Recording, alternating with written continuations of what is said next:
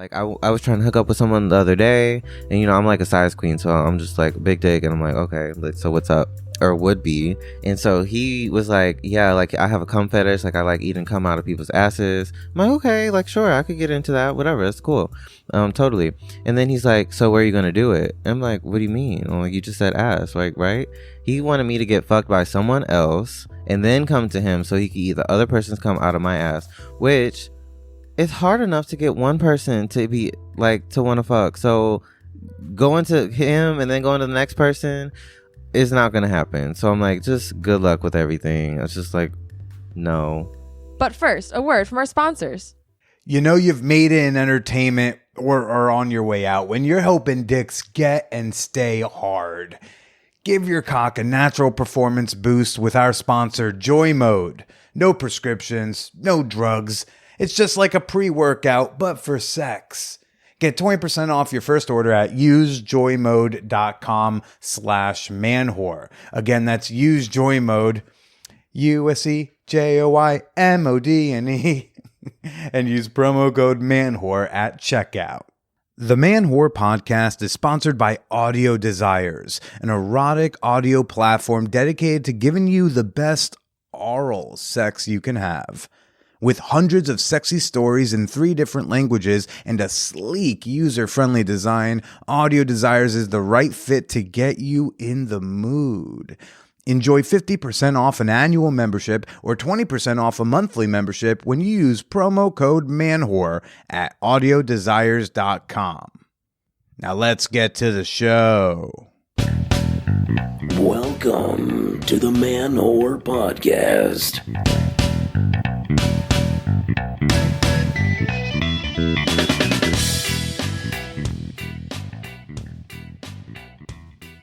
Shout out to all you snuggly simps, the cuddly gimps, and all you pro-union pimps out there. This is Billy Presida, and you are listening to the Man Whore Podcast. Hey, ciao, buongiorno, as they say. I've been working on my Duolingos. Anyone else on the Duolingo? Come be friends with me over there. My username is Man Whore Podcast, and I am really trying to cram in this Italian before I go out there with my dad at the end of the month. See, my dad, when he was in his early 30s, he took his father to Italy because at that point he was this big, successful real estate businessman. And I talk about my dick for a living. So we go, but I have to learn the Italian. So as my Instagram folks have been seeing, I've been working on my Italiano, my Parlo Italiano. Ugh, am I gonna be speaking Italian with a gross Jersey accent? Hey, ciao, suck on my nuts. Can I get the vino? That's pretty much what my dad would sound like if he was responsible for learning any of the local language. Hi, everybody. Folks, this week on the podcast, I have got on multimedia artist, fellow podcaster, community organizer, LaQuann Dawson is on the show. Great conversation. Very excited to share this with you in a bit. A lot of really, this one gave me some lulls. A lot of really wild, funny, bad dates. And I'm just, there were a lot of moments in this where I was like, no. And we'll get to my conversation with LaQuann in a little bit. But first, I want to tell you about a little story from the weekend. So I'm trying to get back in touch with that stay sluttiness inside of me that many of you all know and love so much, right? Trying to tap back into a guilt-free sexuality I once enjoyed. And, you know, we know I'm a big fan of Reddit, personal ads, okay? And I answered an ad recently of a woman looking for a ride to Show World. Show World's an adult theater in West Babylon, New York, Long Island. Shout out to Show World, I guess. They've got glory hole booths and open rooms with lots of porn playing on all these screens and the couches. And they even have a nudie booth. You can pay a chick to like get naked while you jerk off. And I guess they also sell crappy vibrators too. Very popular spot. And this chick wanted to suck and fuck a bunch of dicks, but needed a ride from Brooklyn. Saturday night, she hit me up for a ride, and I go pick up this super cutie, this cute mixed chick with a red pixie cut and fishnets. And the first thing she said in the car was, "Oh my God, you're actually cute." She said I looked normal, but that was a good thing. She had done this before, going to a porno theater to suck and fuck some strangers. We had about an hour in the car together to talk about her last couple of times doing this and hook it up on Reddit and asking if I could cover her admission, which I politely told her I would if gas wasn't $5 a gallon. By the way, to those of you who are like, isn't she going to suck your dick? Yeah, in exchange for a ride. Okay, there's already a bartering system in place. We do not need to add currency to this whole thing. And if you still think that's fucked up, well, you know what? Later, I would find out that she's a sugar baby and she's getting $6,000 a month. I think she can handle putting 20 in my gas tank. Chivalry in this economy?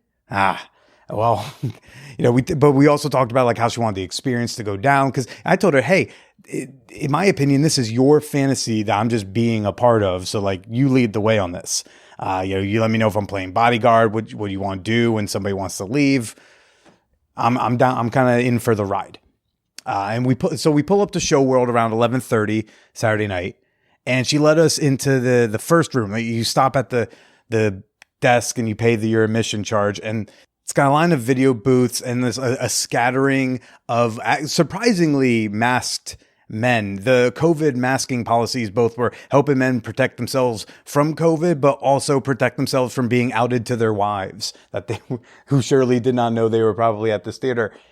And but as soon as we get into the booth and we started making out, and these thirsty men just immediately congregate around. They're pulling back you ever see ants swarm to a piece of candy on the sidewalk in the summertime? It was a lot like that. Then they're pulling the curtain back, even though we had it closed. And we had a nice, creepy little audience watching her give me a blowjob. And I'm so scatterbrained and like used to this type of absurd shit, by the way, that I'm getting head with a half dozen dudes standing 3 feet away, watching, tugging on their little dicks. They were little dicks, the few that I saw. It's not a judgment. It's just the reality. I'm trying to paint a picture for everybody. And so I'm getting head, and these dudes are right there and they're tugging on their cocks, and all I could think of was like, oh, that's Joanna Angel on the screen. I need to reach out again to have her on the podcast. And eventually this like thick, big black cock slid through the glory hole, and I turned her attention to it. She was here on a mission. I would hate to be a distraction from that mission. So, she starts sucking this random dude, and I got on my knees to rub her cunt and finger her and just encourage her to be this total slut she told me she wanted to be. And there's like an immediate intimacy with a whole scene like this, because even though I'd only met the woman about an hour ago, it doesn't mean that we can't bring empathy and concern and trust to the ordeal. Yeah, and I'm in this glory hole booth with my dick out, feeling someone's pussy squeeze around my fingers while she sucks off a stranger. But I'm also keeping myself hyper aware of like the onlookers and how close are they getting, and does she seem annoyed by them looking on? How's her body reacting to what I'm doing? Maybe that's extra of me. I don't know. My brand might just be gentleman pervert, I guess. Eventually, she asks if I want to go in the neighboring booth, so I leave her alone in there, and I like fight my way through the crowd. Honestly, it was like I was a running back with the football. Like I'm truly trying to push my way through a crowd of dudes who won't stop crowding to watch. Anyways, fucking men are horrid. But I leave her in the thing, and I go and I stand. I eventually get out, and I go to the next booth to wait my turn. It's like a football huddle outside the curtain, but with their fat little dicks out. One dude signals to me if he can go in. And I'm like, I'm not her keeper. You ask her. Apparently tried to fuck her unsuccessfully. It didn't feel like that long, but eventually she popped out and signaled me to come into the booth. And again, like she is outside of the curtain. She is signaling clearly to somebody, and nobody wants to move. It is like a New York City subway. It's like, why is everyone standing in front of the 4 train? How do you expect anyone to get out of the train so you can get in the train? Move, you stupid fuck. No consideration for anybody else. But I fight my way back in the booth. She dropped to her knees again to finish me off. And then like right after I came, she whispered in my ear that she wanted to leave. And we couldn't have been in there more than like 10 or 15 minutes. Like this was a particularly short trip. And, as we made our way out, she's even apologizing to all the guys for not sucking their dicks. Clearly, she was raised in a polite household. Turns out, She wasn't feeling as super slutty as she thought she'd be, and wasn't in the mood to drown in cum like she was the other 2 times she'd gone there. She shared with me that she missed her ex-boyfriend. And I miss my ex-girlfriend. And we both spent our drive home to Brooklyn talking about how we miss our people. I'm glad she left when she realized that, you know? It's always okay to cancel and say no, even once you get started, because you got to take care of yourself first, folks. Fuckers, you whores, you scallywinks, you harlots, got to take care of yourself. Us codependents have a hard time disappointing people, especially if we feel obligated to make them come. I miss Wallet No Lady so fucking much. And, sometimes I can go to a sex party and like force myself to flirt with new people and feel like a sexual being. And other times I can't bring myself to give a shit about fucking anybody new because like I know it won't hold a candle to her. Some say the best way to get over someone is to get under someone else. But this woman really forged a link between my cock and my heart. A link that makes it hard not to think about her with my cock in a stranger's mouth on Long Island while I watch Tommy Pistol making someone squirt through a cloudy cum-stained TV screen. Oh, wait. Yeah, this was funny. Backing out of the parking lot, I got into a little fender bender with another guy backing out of his spot. Like we were like perpendicular to each other. And so, we made contact and we got out of our cars, looked at the damage, looked at each other, looked at the porno theater sign, and then back at the damage. Dude was like, we don't need to get insurance involved in this, right? I mean, it was his taillight that was busted. My car was fine. I told him we could avoid the awkward Geico phone call if he wanted to. Dude didn't even make me pay for the thing. He just was like, just don't tell my wife. That's us. I was like, sure, man. Shout out to Sexual Shame for saving me a hike on my insurance premiums. Holler. Okay. Little controversy going on in the Champagne Room. Whoa. If you're not aware, the Champagne Room is our super free, super fun, super sex. When I say it now, I hear Chuck from a couple weeks ago saying it, and then I'm like, oh man, okay. Then now I feel foolish and predictable. But if you don't know, the Champagne Room is our free, sex positive, very supportive, very fun Discord server. See, I mixed up the words. And in there, a user joined on Monday, and the user's name is @BillyIsAFuckingIdiot.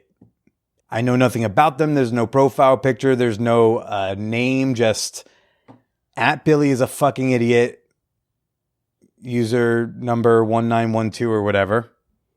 And I was like, gosh, I got to know who you are. And I can't wait for whatever kind of trolling this is going to be. And I got to tell you, people in the Champagne Room are also like, who the fuck is it? Some of them think it's me. They're like, maybe Billy fucking made an alternate account to drum up some controversy. And folks, I wish I had that sort of drive. Somebody in here thinks it could be like one of my exes or somebody I maybe ignored at a sex party.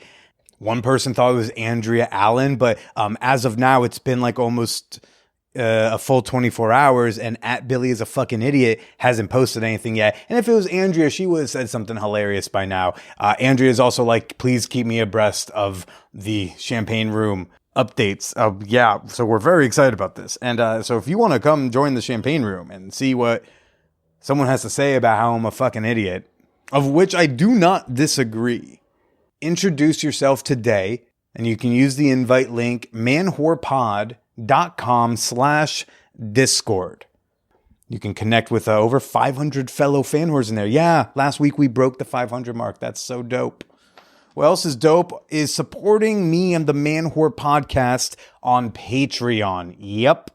This is the fan whore appreciation moment. Right now, I'm showing some appreciation, some love. I'm giving a shout out to Brianna Nah. Brianna's been bringing some tig old biddies to the peep show. Hopefully making Chrissy feel less alone because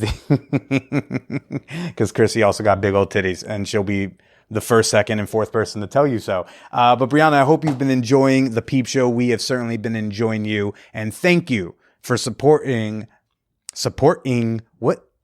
My tongue's doing all sorts of weird things since Duolingo stuff started.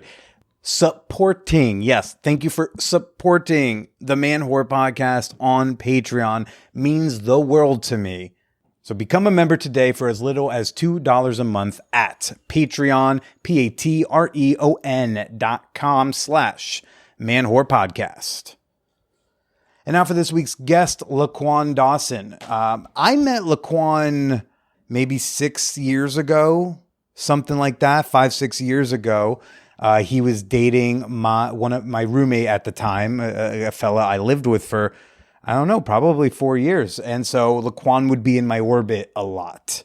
And LaQuann, like his ex, like my former roommate, like me, also an artist, also very sex positive, also like fairly slutty vibes. So we kind of all gelled in that kind of way. Learned a lot about boy butter from that couple. Last year, he made the Out 100 list. He was one of 11 creators, quote, queering entertainment behind the scenes. And like, you know, sometimes listicles are just listicles, but like, yo, LaQuann is up there legit next to fucking Clea Duvall and Lana Wachowski of Matrix fame. And then it's like LaQuann Dawson. I was like, look at you. This motherfucker here. He's also one of the co-hosts of the Him podcast. I think y'all will enjoy my conversation with LaQuann Dawson. The Man Whore podcast is sponsored by Joy Mode. You know, in my conversation with LaQuann Dawson, you're going to hear him complain about, you know, he's just a bottom out there. He's just a bottom boy trying to get fucked. And so many of his partners are getting nerves. They're losing erections. You know what those men needed? Some Joy Mode. Yes. Joy Mode sexual performance booster is like a pre-workout mix, but for sex.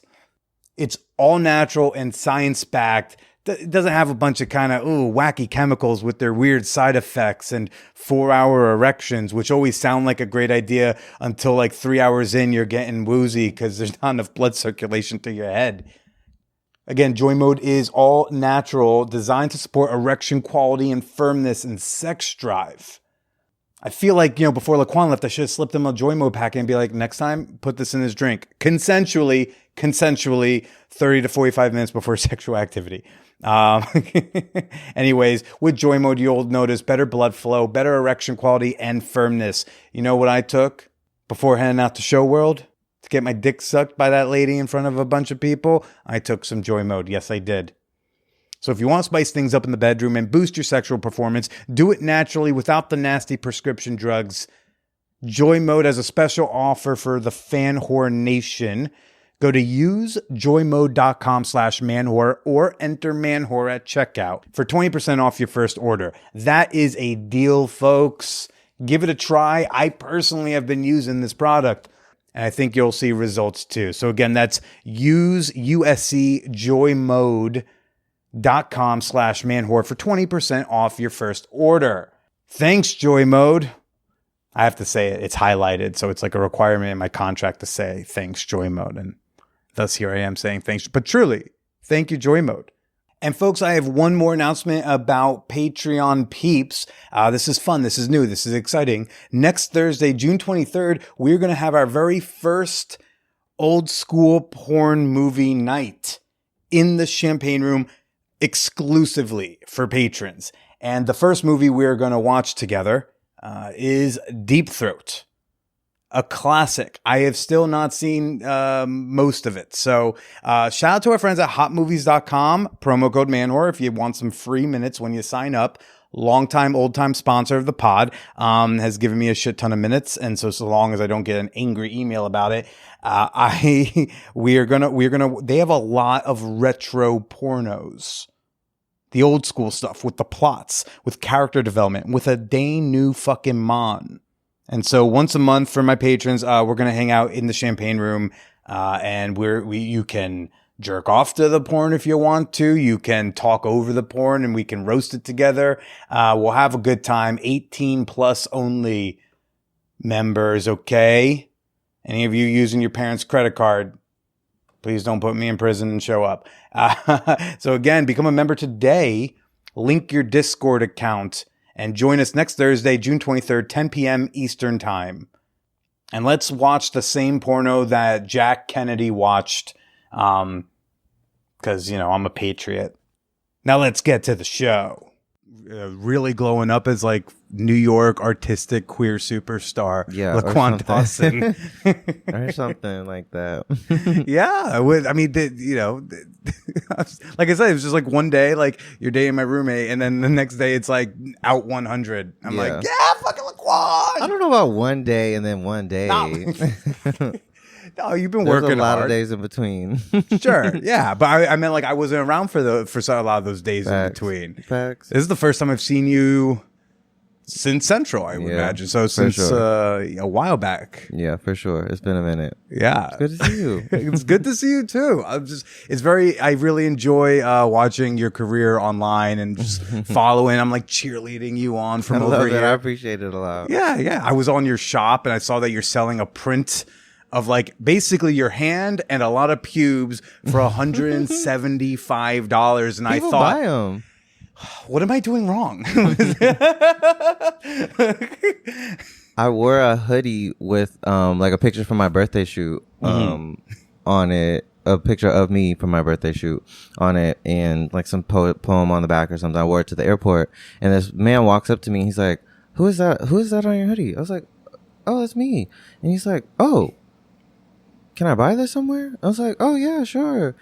He's like, "Do you sell it?" And I'm like, "Yeah, sure." So I like the website is like on the hoodie. So he's like, "Can I take a picture of it so I don't forget?" So he took a picture of it, and then like 15 minutes later, he bought the print. So the hoodie is like $45 maybe, but like a print is like $175, and he bought like the print of the picture, and then emailed me later because he makes pearls, like pearl necklaces.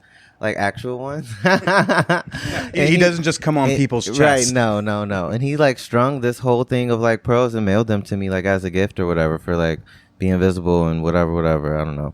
It was cool. How do I sell a print for $175 just of my nutsack? Just put it on there. I can't. I have a hard time selling a dick video for $10. Yeah. It's like I was like, no, capitalism is a very difficult endeavor. I'm not gonna lie. It's difficult to understand like what are people purchasing and why. And trying to like feel that out. So I'm kind of just like have items and artwork and content, if you will, and like all the things in all the different areas, and whatever people like feel like paying for, they pay for, and then just let it be, as opposed to like pushing anything too much. Isn't it cool how porn is just called content now? I wasn't referring to porn, but wait, do you not have an OnlyFans? Yeah, but I haven't posted on it in months. Same. Yeah, so I kind of fell off. Like I'm not sexually active, honestly, at all outside of masturbation, and so it kind of just got boring for me. Right. But it was like a nice little like $200 in my account every Monday or whatever it ended up being. Yeah, I dropped off. I think it sounds like a similar time. I started dropping off when I was having like strife in my most recent relationship, and I started feeling less sexy and less totally. So I'm like, I don't even want to jerk off. Yeah, but even before then, you gotta get creative. Like when you're like a dude with an OnlyFans who's not like a quote unquote porn star, because it's like you can do a jerk off video, and then you do something with your butt, and then you do another jerk off video, but then you just have to like think of interesting places to come. Oh my God. Right? Like I one morning I was like, I don't know, I came on a piece of toast. There must be a market for that, you know? There probably is. There definitely seems to be a market for a lot of things. Sure. I don't know your background artistically though. I know, like where you come from, like and how you entered into my world, but like how'd you get started with this like really cuz you don't just do photography. I mean, your photography is very sexual without being overtly sexual. Yeah, I don't know. So honestly, when I was in high school, I was like one of the Tumblr kids trying to be like a little Tumblr hottie when I was fucking 15 with my little 15-year-old six-pack and shit.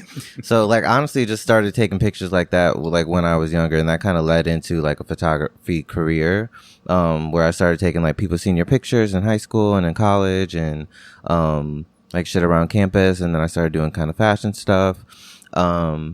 And yeah, kind of like when I got to New York, and once I was like leaning into like my full gayness and like trying to understand like what a sexual life looks like, somehow like the self-portrait stuff I started taking and the pictures that people started requesting for me to take of them started leaning more erotic. And I think a lot of that has to do with one, my like an urge or a need to kind of express that way because of a lack of comfortability sexually, like with people in person. And so I don't really trust a lot of like people with my body, my physical body.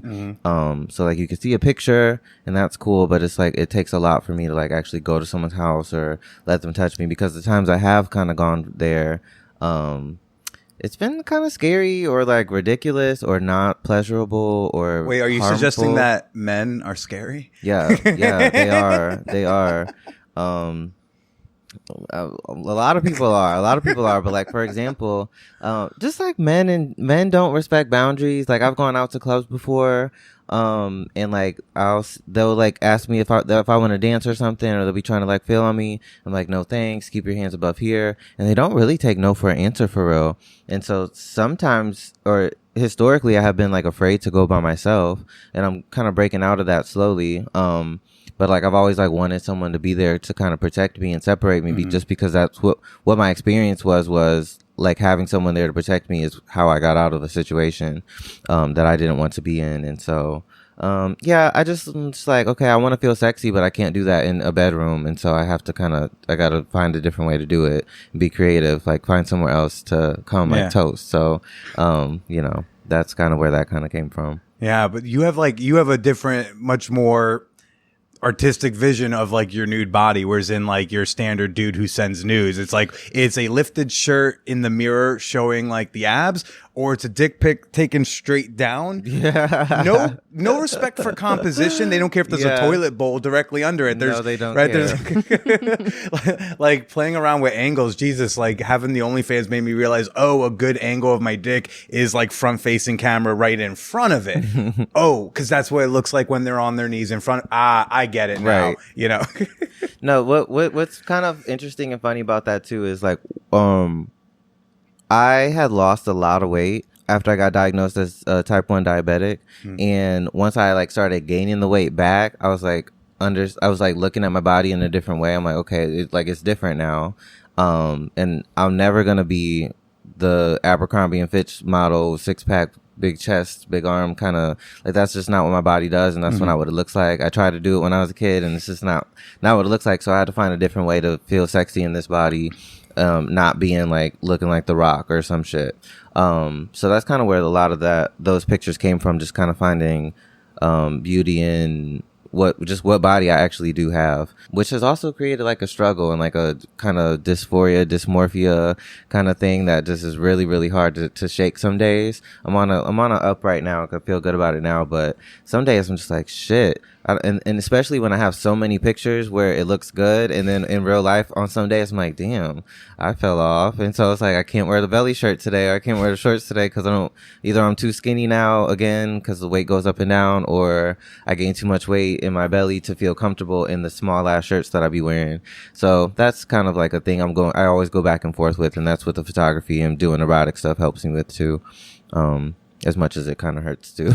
Do you remember the first time you took like, not those Tumblr, like, hey, here's my abs shots, but the first time you took like an artistic shot of your body and was like, damn, I look good? Yeah. So it was like shortly after I had gained the weight, after like they got my medicine together for the diabetes. And like age range, what are we talking about? How old are you around? 23. So, okay. Like just after college. Yeah. Okay.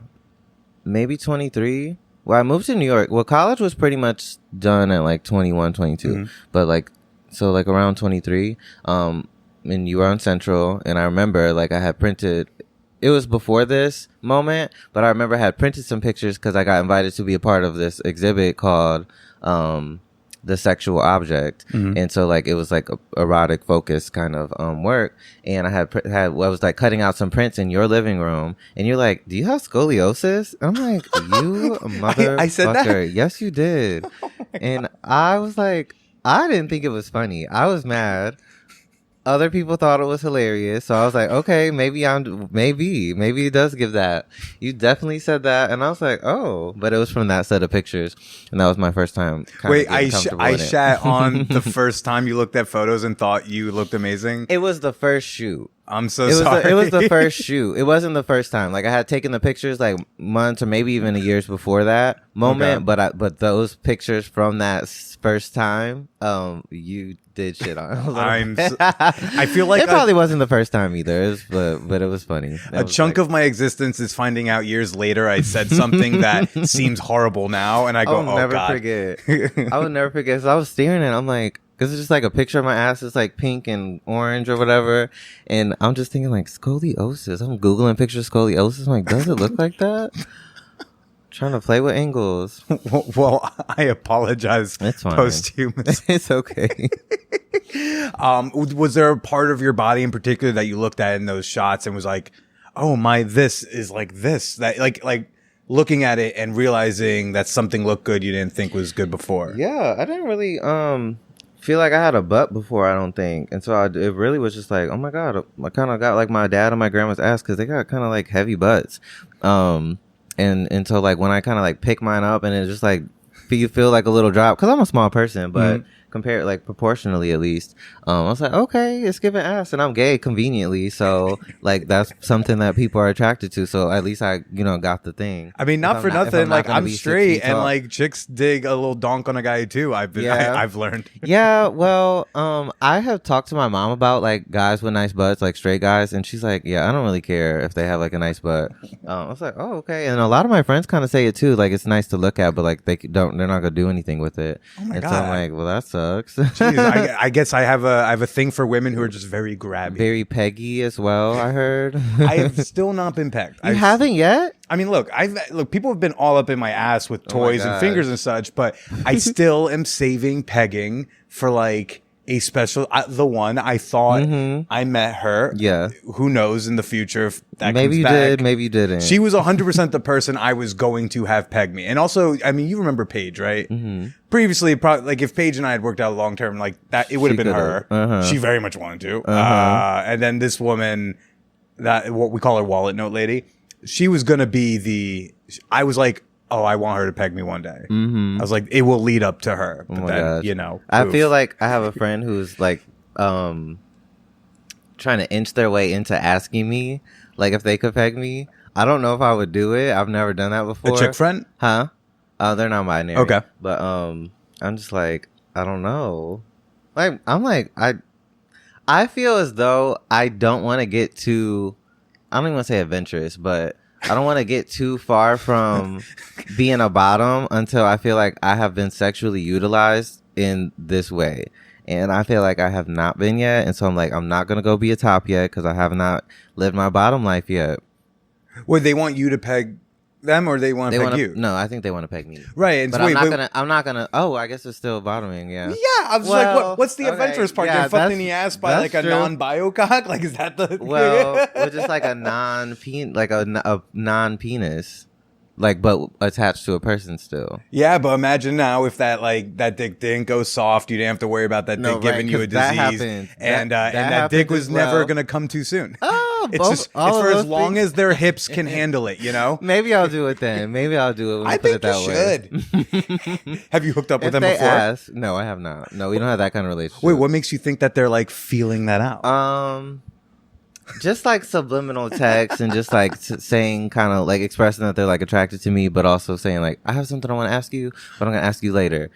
And maybe I'm jumping the gun, so it might not be that at all. I mean, are they randomly texting you pictures of a strap-on? No. Because that would be a very clear... They're pretty good about boundaries. They're pretty clear about boundaries. I might just be like jumping the gun with thinking they want to ask that, but... Have you been with anyone with a pussy before? Like in high school, but like sexually, no. Well, I mean, that's what... Yeah, sexually. I mean, yeah. No. No, I haven't. No? Did you ever get close? No, I wouldn't say so, because when I was dating women, or anyone with a pussy, I was in high school and a little bit in college, but I thought that it was illegal to have sex like if you were under 21 years old, and I was never attracted Who told you that? And I was never attracted to anyone who was like under 21 years old, even when I was under 21 years old, for real, like sexually. So I didn't really do any of that. I didn't have sex until I was 20. I lost my virginity, and then I was with a person for like 4 years, and I only had sex with them. So Wait, who told you couldn't do it to twice? Ohio's weird. They're like, have a gun at whenever, but you can't fuck to When I was in middle school, like one of my best friends and his girlfriend like got in trouble because they were sending news to each other, and they got like a big trouble, and there was like a whole thing in our middle school. And so it was like, that's illegal. You can go to jail. So I just kind of stayed away from that. Yeah. Plus, my dad was pretty strict. My dad was pretty strict, and like, I don't know, I was just I was chilling. I had a bunch of brothers. That wasn't something I was interested in. And honestly, all the boys in my school were so unattractive, and so it wouldn't have made me want to come out the closet any sooner anyway. So I was chilling. You put off just such incredibly sexual vibes, both like with your work online, with the podcast that you're on. I mean, even now, like you've got a necklace that says "freak." Oh, it does say that. Hey, you forgot. I bet someone was being like, "What's with the glitter?" I'm like, "Oh yeah, I forgot. That's on." But like it sounds like in your actual sex life, it's not as freaky as someone who would perceive your work might guess. Well, the reason being is that when I don't do meth. What does that have to do with it? Just like when I show up to a function where I think I'm gonna be freaky, and like the person is doing meth the whole time, I'm like, I'm gonna go. You're obviously busy. I don't get down like that. Is that happening that often? It's happened once. I've had I've like linked up when I was out of town. I like linked up with someone from an app, and they arrived looking a little different from the picture, a lot ashier, and they had a house arrest ankle like monitor on their ankle, and I'm like, Jesus. And then one of the last times I tried to hook up with someone, they were like we were just hanging out at first, and then like slowly we like it started getting like a little hotter, and then he's like, I had to tell you something though. And I was like, what's up? And he's like, I have an STD, so if we have sex, like we have to wear a condom. I'm like, we are not having sex then. Like you're not, no, like it's not a foolproof, like no, why did you even come over here? I'm still hung up on the ankle bracelet. No, seriously. Wait, tell us, seriously. What was that situation? No, seriously. It was like a moment of desperate rock bottom, truly. Of me just like every time I try to get fucked, it's either STD, dick goes soft because they have a boyfriend that they didn't tell me about until later, and they're like feeling guilty in the moment, or dick goes off because they're older, or the meth. Or just like or they're a felon or whatever. Or a fucking felon. It's like, how did you even get over here without getting electrocuted or something? I thought there were rules. Did you ask I did him not like ask. I did not want to get murdered because, as previously mentioned, I am fearful. I did not want to like set him off, but I just was like, I'm exhausted. You can finish up. I'll get you some water. You can just so you hooked up? Like we started to, yeah, and then I saw it. Like he had pants on before. And I'm like, oh no. It wasn't a full ass hookup, but it definitely was my rock bottom. And I was very embarrassed and sad. And no, I'm sure he's a great person. I'm just going by the faulty ass justice system. Maybe what he did was not his fault. That has nothing to do with me. I don't want to partake. But the reason is like you don't know if it's a violent crime, and you don't want to ask, and I don't know how you got over here. It didn't explain it. Maybe it was some simple tax fraud. It could have been totally innocent. Yeah, even that. Like there's a boy I've been interested in, and I know that he hasn't done his taxes in years, and I don't want to say it's a deal breaker, but it's definitely like, if he wanted to be serious with me, it is one thing that I would have to confront and I would have to consider, because like someone like I haven't done my taxes yet for this year. I extended them to October, but you can't just be like not doing your taxes for many years. It's just, I feel like at some point it's going to affect the relationship. It's like, this is not just about you and me. It's about you, me, and Uncle Sam. You know what I mean? Because like, what if we want to move in together or something?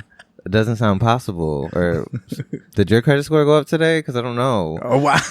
And there was one time I was in Miami and I was trying to hook up with a guy, and he hit me up. Like, he got there and he was like, pretty much asked me if I was okay to record. And I was like, no, I don't do that. Like, I don't record. Like I might have like 2 videos of me having sex with another person from like more than 3 years ago, probably 4 years ago. And, just not for other people, and it's just not a thing I do. And he's like, oh, okay, well, just take a video of me like in this mirror then, or whatever. So I just took a video of him in the mirror. He's like, had a shirt off, he had shorts on and stuff, and I was like on the side, and he's like begging me to send him the video. I'm like, this video is not that good. You could take the video, honestly.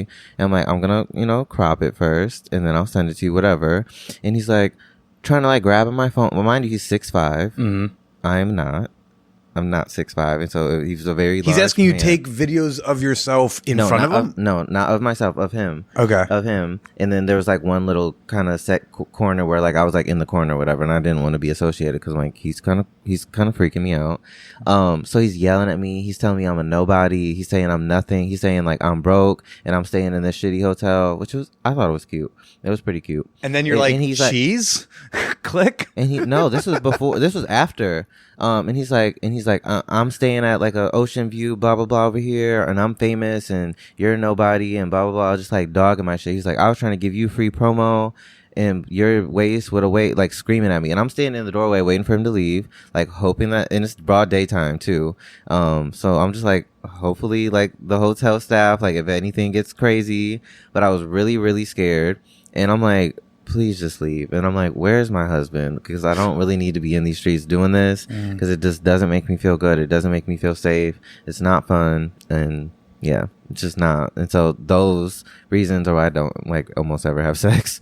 Do you wish you felt safe enough to be freakier than you are? Yeah. And I feel like I am. I just don't get to. I feel like I am pretty freaky. I just don't get to express it, because every time it's just like a thing. And I haven't even had like outside of my my relationship that I was in, I haven't really just haven't had that much sex really. I haven't really like had any consistent enough sex for us to experiment with each other. Like I was trying to hook up with someone the other day, and I'm like a size queen, so I'm just like big dick, and I'm like, okay, so what's up? Or would be. And so he was like, yeah, like I have a cum fetish, like I like eating cum out of people's asses. I'm like, okay, like sure, I could get into that, whatever, that's cool. Totally. And then he's like, so where are you gonna do it? I'm like, what do you mean? I'm like, you just said ass, like, right? He wanted me to get fucked by someone else and then come to him so he could eat the other person's cum out of my ass, which is hard enough to get one person to be like to want to fuck. So going to him and then going to the next person is not gonna happen. So I'm like, just good luck with everything. It's just like, no, it's too much of a chase, it's too much of a hunt. And then I'm like more feminine presenting, even though I'm a fucking boy. I'm still more feminine presenting than other people, and everyone's not attracted to that, and they're pretty open about their non-attraction to that. And so that's the thing that I deal with, and blah blah blah. Yeah, there is that stereotype, like I know better, but there's that stereotype that like gay men are just fucking all the time. There's sex nonstop. They all want the sex all the time. That might be a thing, just not with me. That's just not with me. And like even when I just like only want to have sex with a person, I still get like curved. So I'm like, I don't know what I'm doing wrong. I have no idea. Because everyone's always telling me like, oh, you're so hot, you're so sexy, whatever. And there's never a trigger pulled. But even you said you were like, it's hard enough to find one person who wants to fuck. It's like, yeah, maybe gay dudes are not as like endlessly slutty as the general population likes to think. Yeah, I don't think that they are. I think that some people are for sure. It's like three guys who are making everyone look slutty. I mean, there's a lot of very slutty people. I just don't know what their sex lives look like. I think the actual intercourse part of the gay man's life is a little bit more of a mystery than like it seems, because we might have like circuit parties and the bathhouses and all that stuff, but like probably like the last 4 times I've been to a bathhouse, I didn't touch anyone or didn't get touched. I kind of just like swam in the pool and just like was naked, and like sometimes that's just a part of it. Sometimes it's just dressing slutty and going to a party, or just like watching other people like at a circuit party in like the dark room or whatever. But I can really only speak to for myself though, so I don't really know what everyone else's sex lives are because I'm not a part of them. No, of course. But even in your occasional quest to freak out, you run into some stuff. Yeah. You said you had a date recently that went a little awry. Yeah. By the way, are you cold? Oh my God. No, you are or not? I'm not. Okay. I'm good. Because I'm now fine, so I can turn that off if you're shivering. No, my temperature's fine. Okay. Thank you. Yes. So there's this boy, very, very nice boy. He's very, very, very beautiful. And he's very nice, and he had been trying to take me on dates, and we went on a couple dates. Like, and I don't usually say yes to going on dates because either I'm just not interested, I'm not emotionally ready, I'm not attracted, they're skis, they've dated friends, or whatever the thing is. But this boy is like nice, and he's been persistent, and you know, whatever. So I went on this date with him, and it's not our first time going on a date, but it's one of the times. While there are a couple red flags that I had for him, as far as him being a bad listener, or in that moment a bad listener, whatever. We went on this other date, which kind of adds to him being not a great listener. So I had already told him where I was at emotionally. I'm like, I'm still healing from XYZ. Like, I still need to, you know, I can't give you like a ton of things. I'm kind of focusing on myself, my work, you know, whatever. The typical fuckboy like response. Sure. But it was honest. And so I had to go to this event with my homegirl first. She was reading poems somewhere, and then I was going to meet him for this date afterwards. So he's a dancer, and because I usually like dancers and writers, somehow everyone I'm ever like very interested in ends up being either a dancer or a writer. And we go into this empty dance studio. It's like pitch black. There's candles lit everywhere. There's like 100 candles lit, and there's like a table in the middle of the dance studio. And I was definitely overwhelmed immediately, because I'm like, I feel like I'm about to get proposed to. Like, I felt like I was about to get like proposed to. But that's so sweet. Yeah, it would be sweet if I hadn't said all the other stuff about like wanting to keep it cute and like go a certain pace. Like, this is a proposal date, it felt like. And I was triggered in my like, I'm still healing, I'm still moving on. I'm like, I wish someone else would have done this, who I had put in mad years with. There's two people who I put a lot of work into a relationship, and not that I needed them to do that exact thing, but it would have been more appropriate in my mind, in my healing mind, if one of them would have done it, and it would have made sense, and I would have felt like I deserved it. In this moment, I didn't feel like I deserved it from him, and I felt like he was emotionally dumping on me a little bit, which leads me to so we have like so I locked in on the emotional part of emotional dumping. Yeah. And then So there was food there. There was like food on the table or whatever. There's like broccoli on the table, so I didn't eat it, because I think that you're not supposed to eat broccoli on a date, and so I was like, I already knew that, so I'm like, I'm not gonna eat the broccoli. So I didn't really like eat the food. But we're chatting, and it was like a multi-part date. So it's the food part. Then we smoked a joint in the window of the bathroom window. Like, we could sit on the edge. It was in Soho, and like look at the sky. It was mad cute and romantic. Honestly. he had an itinerary. Yeah, he did. No, he's a planner. And so after that part, like, he wanted us to do like play with like these color gels in the space with some lights and do like a little photography thing. And so I brought my film camera, and we like took some pictures, whatever. Which it was a little bit weird, because it was only me taking pictures of him. And the film ended up blank anyway, so whatever. It was my first time using a film camera. But I did feel kind of weird, because it felt like I was working a little bit. And It's like, take pictures of me. Right, to take pictures. Right. Or he could have been like, okay, your turn. See, I might have been just too intimidated. Like, even now, like, He might have been. I wouldn't want, like, you know, sometimes I'll take a picture of somebody like on the mic, but I'd be like, I don't want to insult LaQuann, even attempt to take a photo. No, I get like, that. you know what you're doing. No, people should feel that way. People should feel that way at the same time. They should. It's like, Billy, you are right to feel self-conscious about that. You don't know my angles. No, totally. Because people don't, and I do, and so that's why I take my own. So it was probably appropriate that he didn't try, because I would not have liked them. But so that happened, and then the last part was he was going to give me a dance lesson and like teach me like something that he would teach in a dance class, and it was cool. I was into it. I was going with it. It was great. Honestly, it was going great. And then he like kind of stopped in the middle of it, and so I was like, okay. He was like, I don't know if he had a cramp or what. So he went to the restroom. He's like, I think it might just be gas. That's what he said. Well, he went to pee. And then he came back and then was like, I think it might be gas. And then he went back, and then he was gone for like 20 minutes. And so it's like 2 a.m. at this point also. So I'm like laying down on the floor, like half dozing off or whatever. So I didn't really care, because I was kind of winding down. But he came back, and he like laid next to me.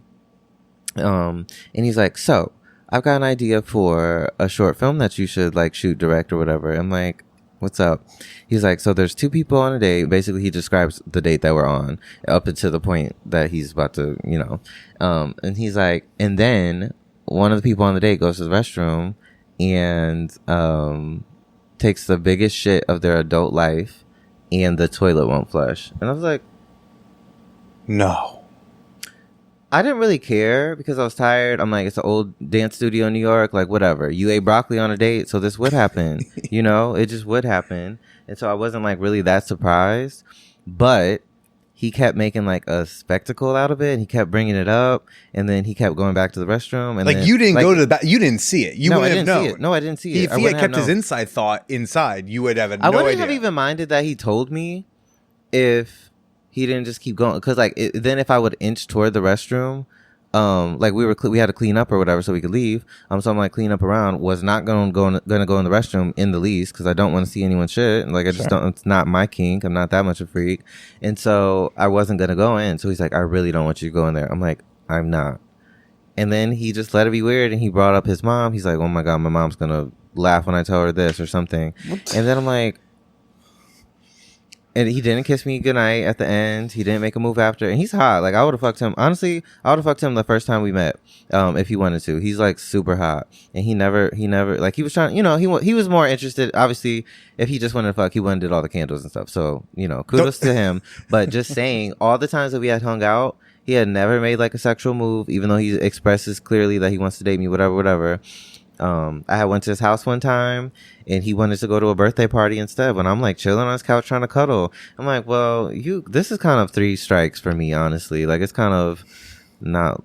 I mean, there were 3 strikes just on that one date. Yeah. Broccoli, bringing up your shit, and talking about your mom. Like, I don't know why we're mixing all this stuff together. Much. It was too much, right? It's a and whole God lot. bless him. He's honestly super sweet. I probably would date him again one day, but not anytime soon. You should be like, you need to regulate your diet a little bit more first before we... And I'm still trying to regulate mine. And I brought suppositories on the date in case he needed them. I offered. Suppositories for what? They're like little gel cone things that you stick up your asshole and then they like make you have to use the restroom. And so they like it clears you out like pretty quick. It's like an instant like colonic laxative. Yeah. Okay, so you do that instead of like using an enema? No, you use both, but like if you feel constipated or something, or like if you need like a quick kind of thing, you use the suppository. See, I have my ass played with, but not nearly enough that like I know all these intricacies. Yeah, I feel like I learned about. You probably get your ass played with as much as I get my ass played with, but I'm just super self-conscious and probably have like a borderline eating disorder. So I'm just like, I know the tricks.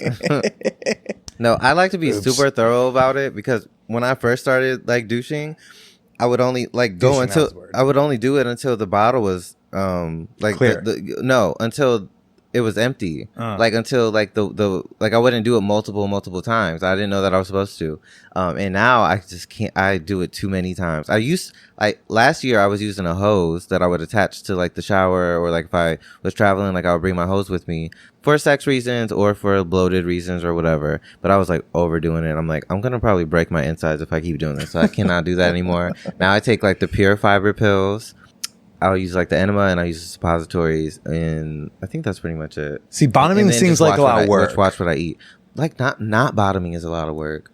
That's fucking crazy. It is a lot. Which one is not less pleasurable, but which one's like more work in your opinion, topping or bottoming? I don't know, because like when I was trying to top, it was just like a lot of pressure. Mm-hmm. It was like a lot of pressure and like just like eyes on you. And it's like if you go soft because you're so overwhelmed with the pressure and like overthinking in your head, like, okay, if I don't stay hard, they're going to get mad. And then it's like, oh, now I'm not hard. So that kind of was a lot. So I honestly, what tops go through as far as like mentally in the moment, that is a lot. Bottoms, as far as like pre-prep, is a lot.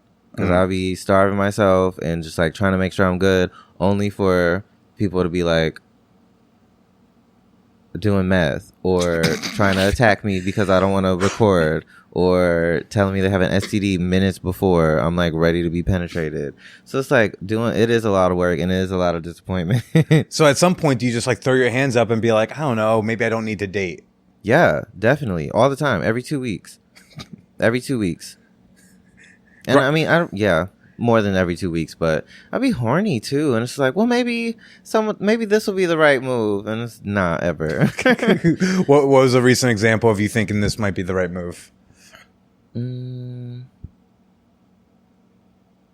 I just feel like when I've gone long enough without having sex, which is honestly, I feel like I have sex like every 2 or 3 months, maybe. I guess when I was out of town recently, I like had sex with someone who I've had sex with multiple times before, and he went soft toward the end, and I was like, oh shit, was it me? So I'm like trying to make him feel better, but I thought it was a good move because like he's nice to me and I'm nice to him. We've worked together. And we've had sex years in the past and stuff, so it's like a cool like casual. I know he doesn't want to be my boyfriend. I'm pretty sure he knows I don't want to be his. And then he went soft. I'm like, well, damn, I can't even get fully satisfied. Jesus Christ. And so I'm trying to make him feel better, like. And like apology, like I hope the music wasn't too intense, or like or is everything good? Just trying to make him like know that I had a good time still, though. Yeah. So he didn't feel bad about it, because I know like when you go soft, it's like a kind of a sensitive thing. And then I did this panel on sex positivity in Atlanta, and on the panel I was talking about I got asked a question about consensual non-monogamy and like what that means to me, and I pretty much was saying, just to put it briefly, like if you and I are in a relationship and you want to have sex with other people, then you just have to tell me that. And then I get to be like, okay, me too, I'm with it, or I can adjust or whatever, or no, and then I get to make the decision to leave. And if I'm single and you're in a relationship, you have to tell me that you have a partner, so I could be like, fuck your boyfriend, like I'm still with it. Or I could be like, I don't want to have sex with people who have partners unless like I know what their full situation is, because they be lying too and whatever. So the person that I had sex with who went soft or whatever when I was out of town, he hit me up. He was like, something you said on your panel really hit home for me. Like when we were in such and such and we were like having sex or whatever, and like you asked me if like the music was too intense or whatever, I didn't respond. But the truth is like I'm seeing someone, and so that was why I was kind of in my head. You didn't do anything wrong, blah blah blah. Send me this long ass text, and I'm like, what people miss about like boundaries and about respect and about consent and all that stuff, it's like you have to tell me before, not after. Now I feel like a fucking loser. Now I feel like used. I feel like I didn't fulfill you, you didn't fulfill me. I feel like a slut. I feel like I did something wrong to this person's partner, whoever they're dating or whatever. And like, that's not fair to me, because if you told me in the first place, then we just could have skipped all that and it wouldn't be any weird. Now it's like, now we have a weird relationship, and that sucks. And I thought it was a good idea at first because it had been fine in the past. And now I'm just like, fuck you, bro. Yeah. I'm sorry to hear that. That all sounds real tough. I don't know why you would, why do you feel like a loser in that, he was dating someone else? Doesn't change that he was like into you, wanted to fuck you, and if anything, you still sound like you're a winner still there. Like you still get the dick. Did I? Or you were supposed to. I mean, you know what I mean? I mean, I didn't even get it. I mean, like I got some. It was fun. It was fun for a little bit, but like I guess I don't always care if they come in the end, but it's just like embarrassing for people to go soft on you regardless what the reasons are. Really? Because I feel like having a dick, like one might be able to be more empathetic for all those reasons, both biological and psychological, for like why a dick is not hard in any one particular moment. No, I am, and just like I told you when I was trying to top, like would go soft, and so I do get it, and that's why I was trying to make him feel better about it. But still, at the end, it still is embarrassing for me. Just be like, damn, like whatever this moment was, like it's like not really even something I can explain. It just feels like embarrassing. It's like, damn, I don't feel like a winner. I didn't feel like I won anything. And especially it happens a lot, kind of.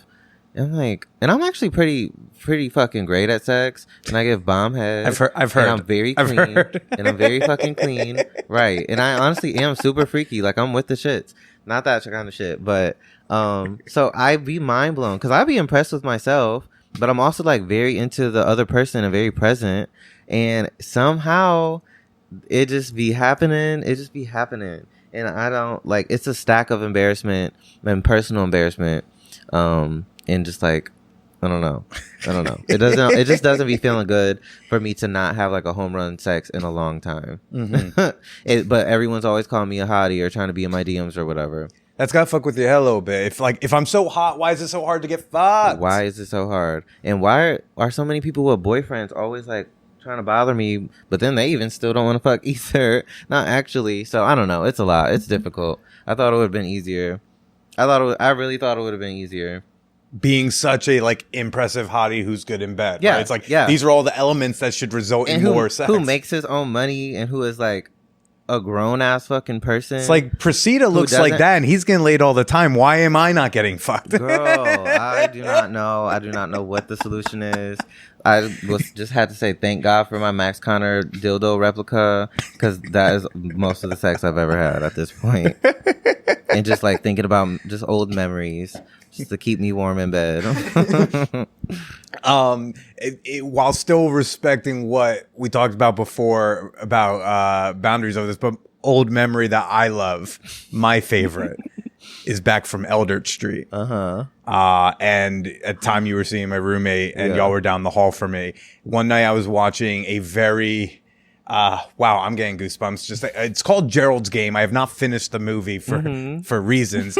There is a scene where like basically there's a woman who like is doing like a kinky scene with her husband. She's in handcuffs and like handcuffed to the bed, but then the husband has a fucking heart attack. Like off the bed. Trauma. And there's no one in this lake house. There's no one to hear her scream, right? Just to hide the body. And then like there's the climactic moment, and she has to like, there's like a piece of glass. She's basically kind of like saw her she's got to slip her hand out the cuff in a gory manner. Fucking God. And I got all fucking lightheaded, and I was like, I need water. So I stood, and this is late at night. So I stand up, I go, and I stand up, and I'm like, oh, I do not have my legs with me. I'm going to faint. I'm not the type to faint at the sight of blood, but I'm just like, whoa. And so like I get to the stairs. We lived in a duplex. So I get to the stairs, and I'm like, I fall down, and I'm just yelling help. Oh my Do you remember this night? Oh my You remember this night? God, yes I do. The other roommate, John, and you and my other roommate all came out to check in on me, and y'all got me settled in and sat down in some water, and then God, that totally happened. Your ex is just like, yeah, we were fucking, and then I heard you, and I was like, did he say help? Damn. Very, very much damn. Oh my God. And I was like, that's a good roommate who's like, I will stop bomb sex to go like see if Billy's okay. It was bomb. The other part of why it's like also hard to move on is because definitely best sex I've ever had still. Every time it's amazing. While I know ridiculous. I think one time I was sucking my own toes while he was sucking his toes while he was fucking me. It was just a lot, and it's just he's very good at that for sure. Yeah, we talked, and everyone else seems to not be. Yeah, we mentioned the whole like getting over not just like a breakup, but then like the loss of this future, but also again, if it's best sex of the life, you go like. Part of me it feels like I've like hit the peak heroin. And then it's like, oh, I'm going to go have like normal sex. Right. Like, I know where the best is, and it's in. It's like I know where the best sex of my life is. Everything else is going to be lesser than. I feel the same way about dating. I'm like, do I want to like go try to make connections? Because like, what connection could I possibly make that's going to be 90% of what that was? So far, nothing. But I think you also have to just be like open to it, and that's like not a part I'm at yet. But we'll get. I definitely have like. There has been one person who has like. Maybe come close to like romantic, like has come close, definitely romantically, as far as like fulfilling and sexually, but just not consistent enough. What's consistent for you? Like, what is it you want in a relationship? Honestly, like I would love for like people to say things with their chest. I feel like I've gotten like people would tell me like they don't tell me things because I don't want to hear it, which maybe is true. Sometimes, because like things are hard to hear, but it's like you still have to tell me. You still have to tell me so like we know, and like and obviously that all gets fuzzy and complicated. I'm still like learning how to set boundaries and how to kind of like respect myself as well. And like you have to know you have to ask these questions and not be afraid of the answers or whatever that kind of thing is. I don't know, but I just want people to say things like if you're in love with me.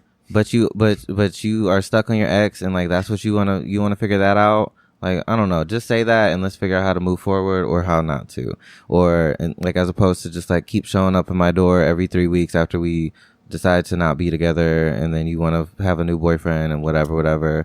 That kind of thing happens to me a lot. Where it's like I feel like I'm like there's one person I feel like I'm their consistent rebound.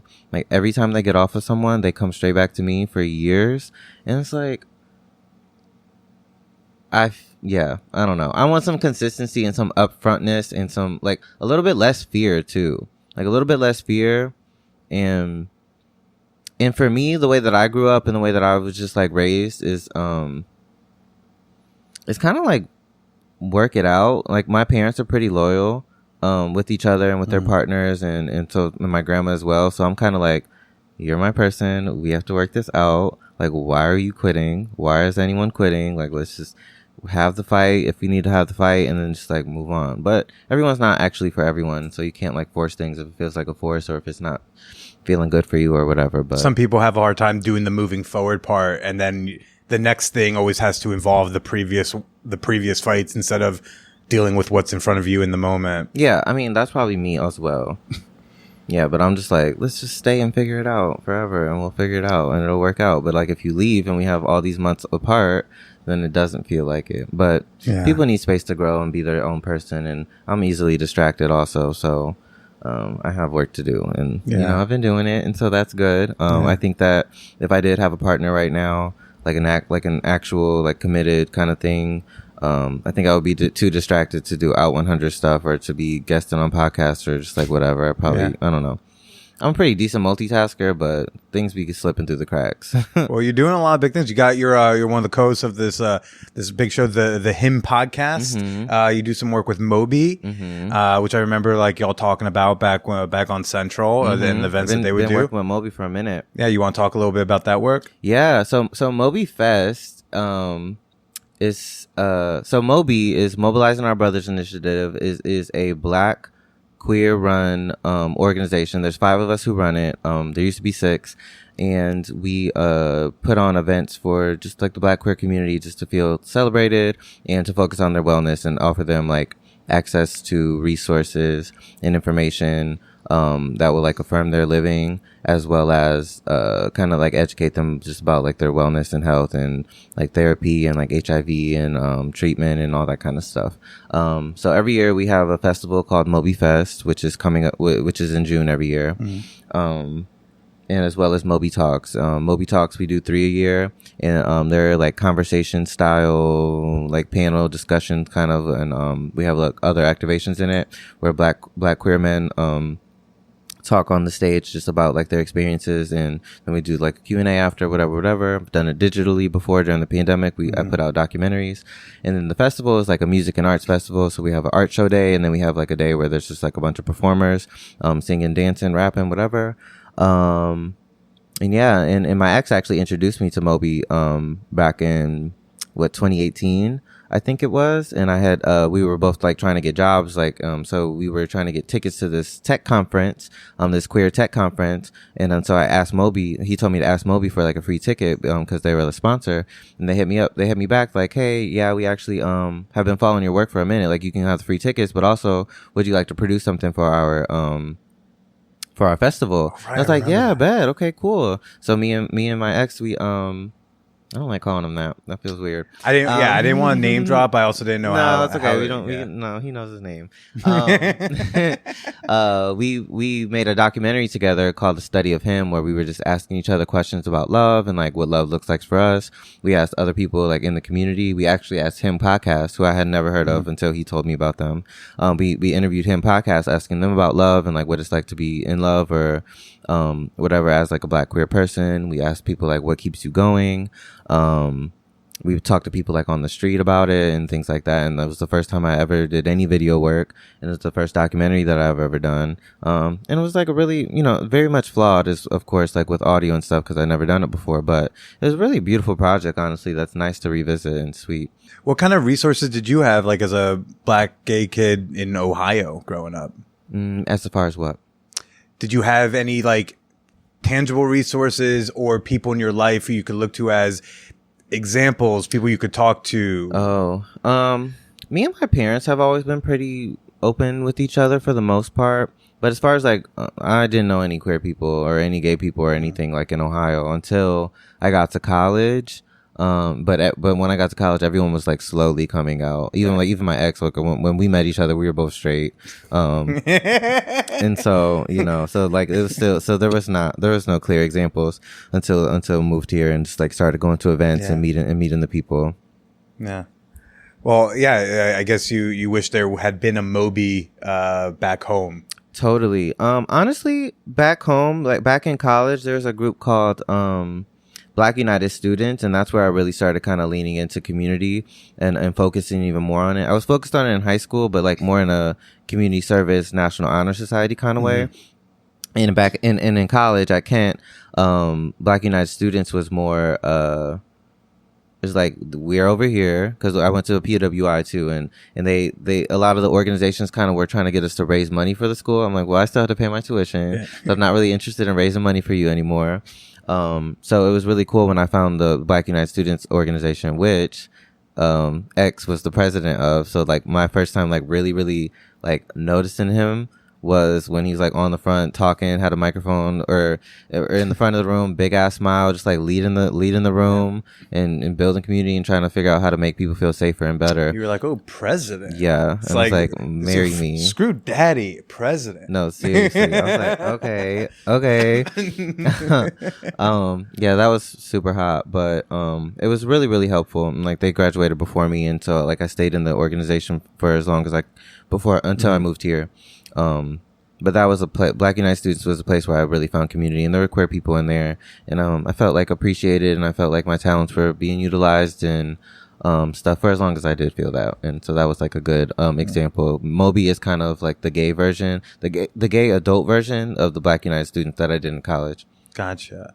And what, like, among your like intersecting communities that you're a part of out here in New York, what do you think is missing?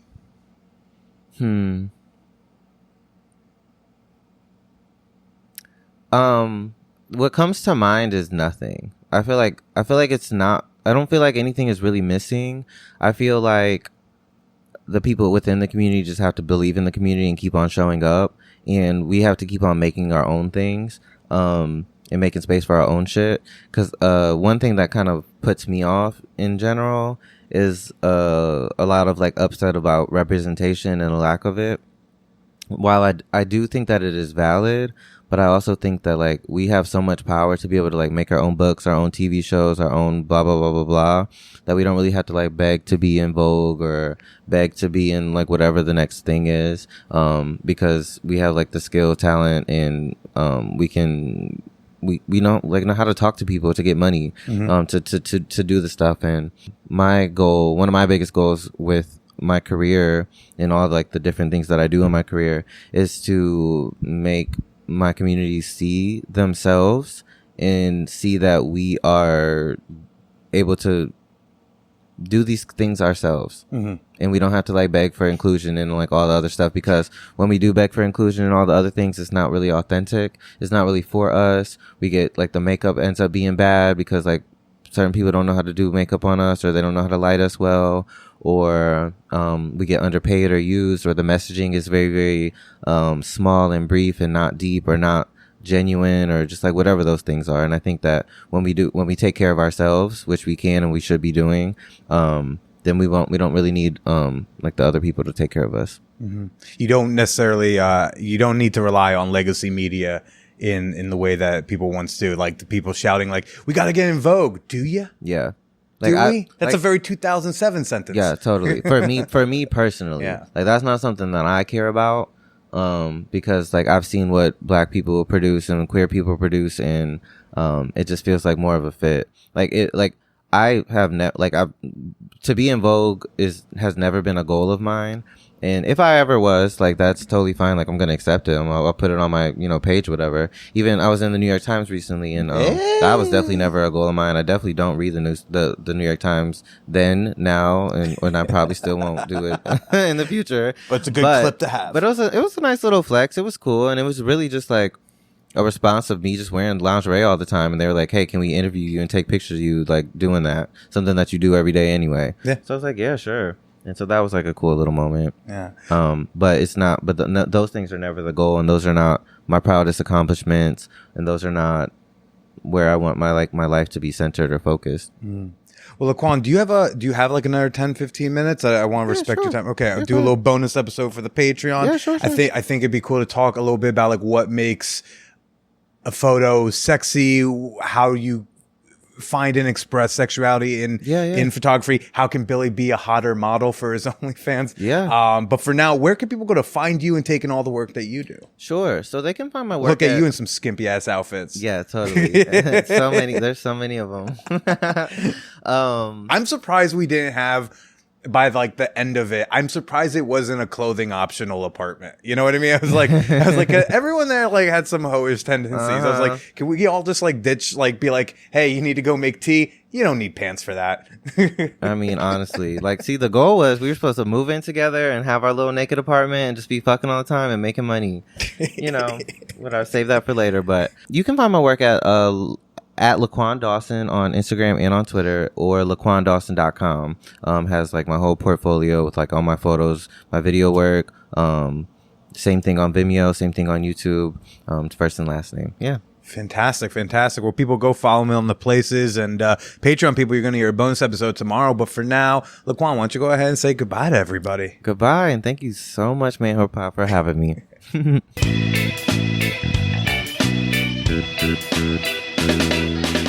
Okay, that whole story about me fainting after Gerald's game. Look, I am insistent that I'm not the type to faint easily, and almost to prove it to myself, I then, like, for a couple weeks afterwards, I just fucking binge marathon watched all of the Saw movies. I don't know, there's like 9 or 10 of them. I watched them all.